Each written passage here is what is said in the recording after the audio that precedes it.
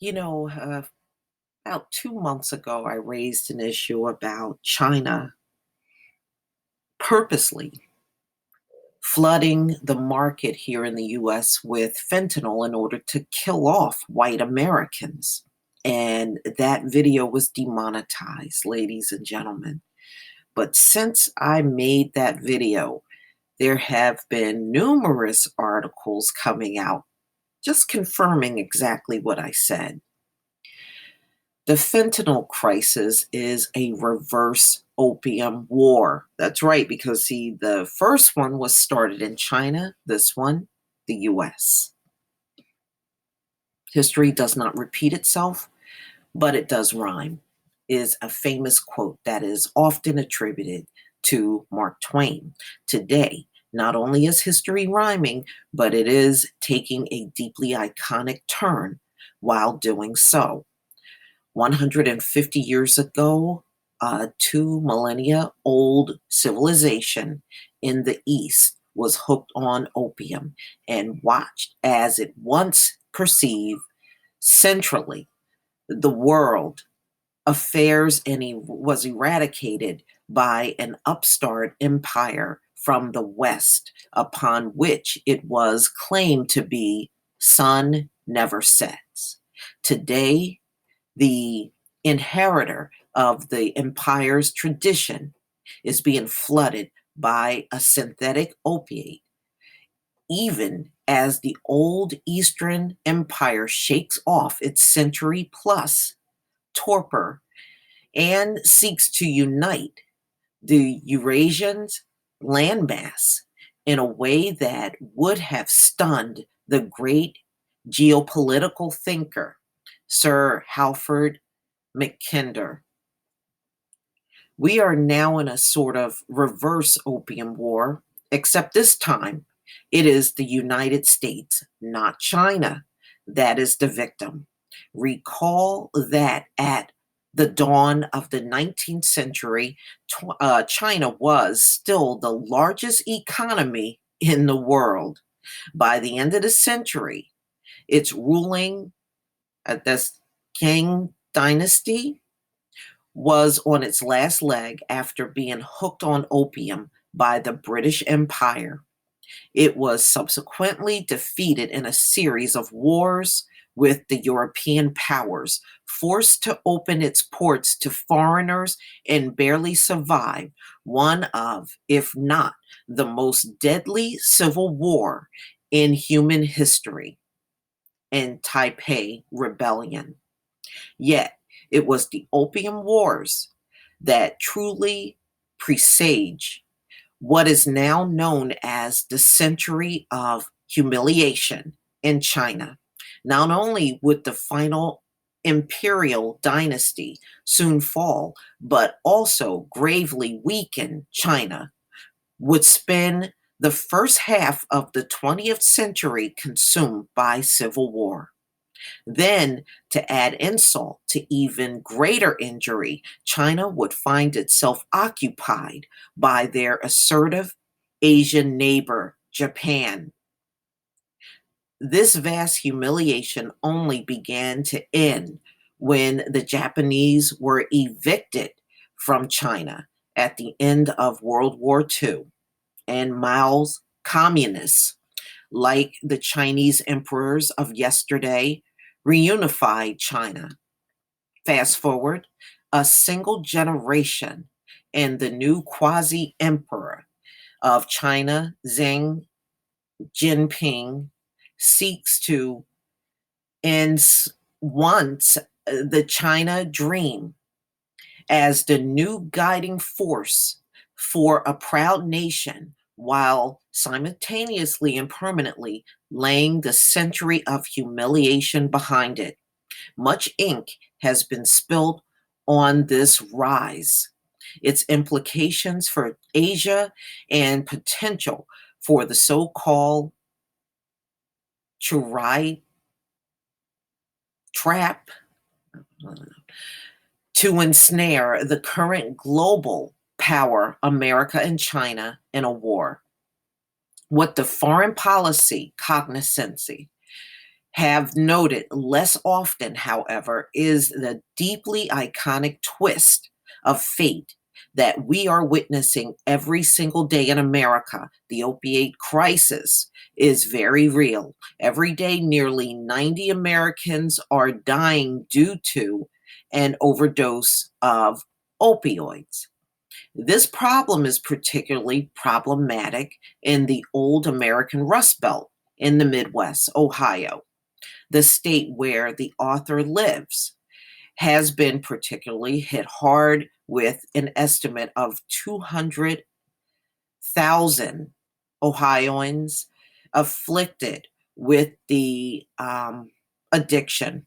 This has forced policymakers to scramble to fund life saving drugs and treatment for the addicted. Yet it seems the crisis is overrunning all of these efforts. This is largely due not just to opiate derived heroin, but also because the synthetic opioid fentanyl, and we know fentanyl is really the main ingredients in all of these drugs that are really wiping all of these people out here in the US. And today, the vast majority of fentanyl coming into the US comes from China. While the Chinese government has taken some action to stem the massive flow, time will only be able to tell how successful it will be. Well, China is refusing to arrest two nationalists that are trafficking drugs because the US is demanding they arrest these people and they're refusing, saying saying there's not enough evidence. Interesting, right? Okay. After all, a nation that sees its vigor sapped over time through addiction and domestic fractiousness is a much weaker challenge on the international stage. Such a nation is much easier to be brushed aside by those seeking to claim their perceived rightful place in the global pecking order. Based upon history, China should know better than most. Okay.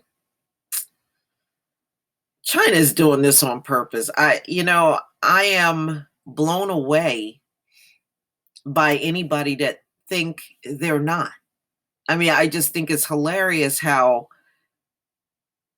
people don't feel that, or they're trying to brush aside the fact that China's doing this on purpose. So while the United States continued to lose its geopolitical focus and wrestles with internal demons, the 21st century is tilting every day away from the high flying eagle and once more the reawakening and rising dragon of the East. Woo, you can't make it up. To the degree that fentanyl and opiates in general facilitate this process, it could be viewed as just another rhyme in the long durée of ever escalating, rising, and falling power. You know, the funny part is in the Bible, it talks about the eagle and it talks about the dragon. And what are we seeing? The country that represents the eagle is actually falling, and the country that represents the dragon is rising. You can't make it up. You can't you can't make this up. But I tell you, there's a lot of people in this country that's in serious denial when it comes down to this. But it's so obvious, in my opinion. How could you not see what China is doing? China wants power. And you can see this. China has virtually taken over Jamaica. China is all in Africa, competing to bump the West out of the way, even in Africa. What makes you think? They're not going to try to use the drugs to bring America down. That's exactly what they're doing. You know, whether you want to believe it or not, that's exactly what these people are doing. They never forgot about what the West did to them during the Opium War. Who is the superpower on this earth? The United States. So, quite naturally, they're going to come straight to the one that has the power in the West and topple you. The eagle has landed and the dragon is rising. Wow. Wow.